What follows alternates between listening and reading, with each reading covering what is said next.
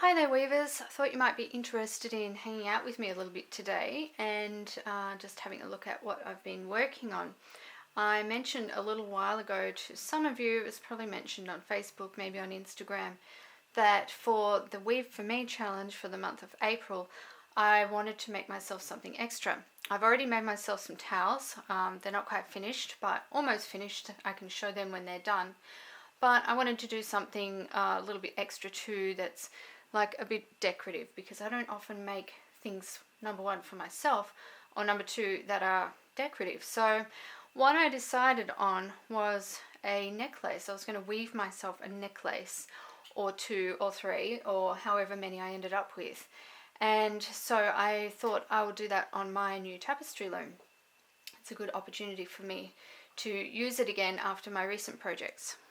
So I did have a few hiccups. You can follow along with this also on my blog. I'll be talking about it a bit and talking about all of the ins and outs of the project.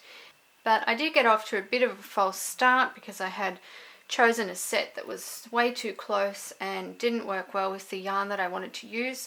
I also tried to use a really thin wool that was actually like a wool embroidery wool. And I thought it would work really well, and it just didn't, which made me think about the limitations of this tapestry warp, that maybe sometimes I need to use a tapestry warp that's a little bit thinner. This one is reasonably thick. So I did decide to actually change the set before I started weaving, or just after I started weaving. I took out what I had already done and I put on a new spring so that I could have it set a little bit further apart, and that all worked out fine. Actually, that was really easy to change the dent, which is really good because I hadn't done that on the loom before. But then it left me with, of course, a much wider warp because I was using a lower set, and so my warp threads were further apart, which meant that the warp that I had planned for a necklace was now quite a wide warp. Well, the way that I decided to get around that was by dividing the warp roughly in half and weaving two necklaces simultaneously, which is what I'm doing here. So this is one panel here, and this is the second panel. You can see here, if I do this, that they're separate from each other. So that was more the size that I was going for. So I'm just going to show you what I'm actually doing with these two, and there's not really so much a tutorial as just a kind of sit with me and weave sort of video. And I apologize for the lighting. I do have an extra light on this, but it is a dark day, and a YouTube budget like mine doesn't really allow for new lighting, unfortunately. Something hopefully I'll get in the future. So I'm using the technique here of hatching on this one on the left, and I'm using, both of them are wool. This one is slightly thicker than this hand-dyed one. This is like a fingering weight, and I'm using the two together for hatching. And then before I change the sheds and do my beating, I move over to the second one and I continue on with that one as well, so that way I can build them both at the same time. This one I'm building shapes or blocks, mainly a rectangular sort of block up the middle, which is I thought it'd be nice to have a sort of feature panel of this colourful yarn, and it changes colour as it goes because it's hand-dyed variegated yarn. And then I chose the dark purple as the contrasting one on the sides. So now I've woven all of my rows, changing the shed, and then I can beat with my old kitchen fork.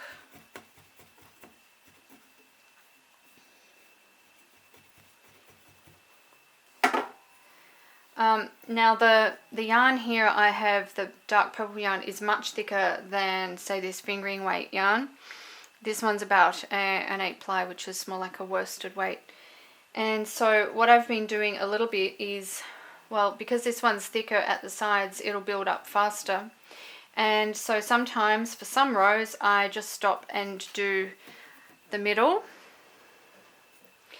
change sheds, beat, and then do another row. So I build it up with some extra rows to make up for the thickness, or rather the thinness of this middle part. And that's been working out fine.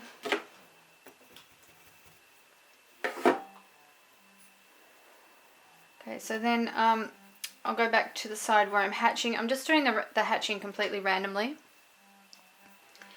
Just sort of making up my mind as I go along. And so I think this time I'm going to come a fair way over with coloured yarn. And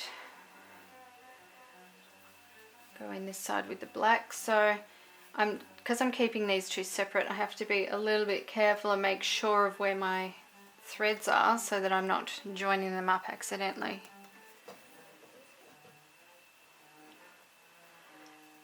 And then I move over to my second panel. I know someone's going to ask me the question, could I do this on a rigid heddle loom? Obviously we don't all have Tapestry looms, and as you know, I only got this one recently.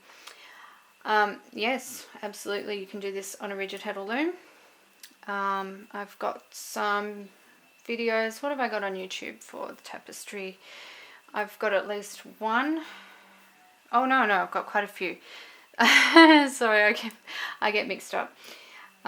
This is what happens when you have stuff all over the internet. But yeah, I have a few like freestyle tapestry videos on YouTube, and then I've got actually a rigid heddle class on my online weaving school if you wanted to delve in deeper, and that goes into all these kind of techniques in heaps of depth. But if you just wanted to have a go, have a start with the freestyle tapestry. I've got a series on YouTube. There are 3 videos, I believe, and they are my most popular videos on YouTube to date. Did you know that I recently passed 20,000 subscribers here? It's pretty amazing.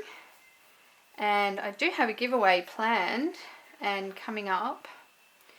I just have to figure out the best way of implementing it, because I have more than one prize, and I just want to make sure. Sometimes when you have a giveaway or a competition or whatever, and you have a large number of entrants, sometimes the platform that you've chosen to help you do the giveaway doesn't deal with it very well.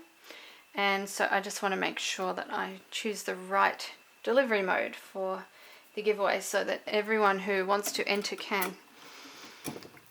So that'll be coming soon, for too long.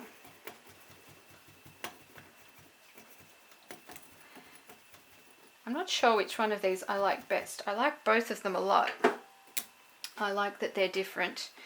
And I'm going to be making at least a necklace out of each of these, and then I may do a couple more panels after this.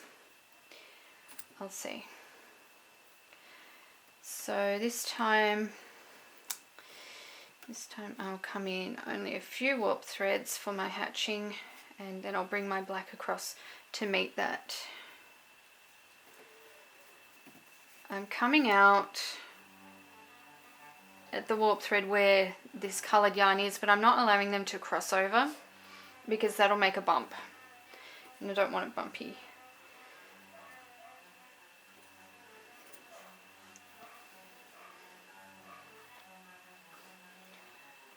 Okay.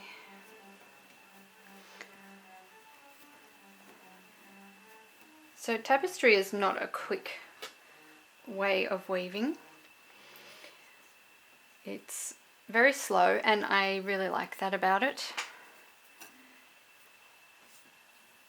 Something I really want to do with my tapestry is, well, it's kind of hard to explain, to make it more arty. for example, I really love pictorial tapestries. They're sort of my favourite form of tapestry, but I'm trying to understand the art side of things. So I'm not the best artist as far as drawing or painting goes. I can do okay, but you know, not a high standard. And I want to figure out for myself how to incorporate pictures and make my tapestries a bit more like what I want them to, without having to be a super duper artist. Haven't figured that one out yet. I guess to find the right meeting place for the weaving skills that I already have, crossed with the art skills that I'm not so proficient with. And not really sure where to start with that. But anyway, in the meantime, I'm having fun just practicing techniques through doing things like this. And I hope that one day I'll be able to weave the sort of tapestries that I really do love.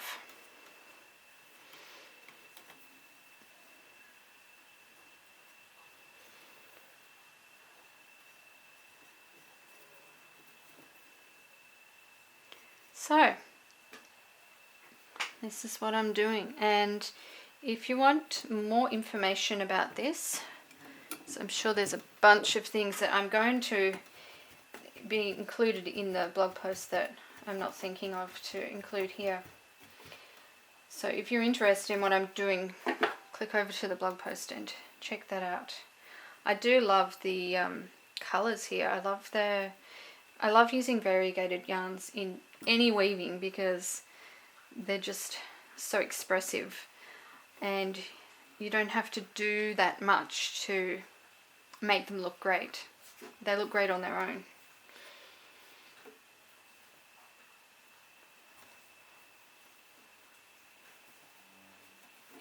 Okay, so I'm going to leave you some links down the bottom. The links will be in the blog post as well, about some of the things that I've talked about. And as I said, there'll be more information on the blog about what I did with this, and there'll be the end results. You'll be able to see the necklaces, and I'll give you a heads up on the materials I've used and all of that good stuff. So thanks for joining me, everybody, and I will see you very soon. Until then, happy weaving.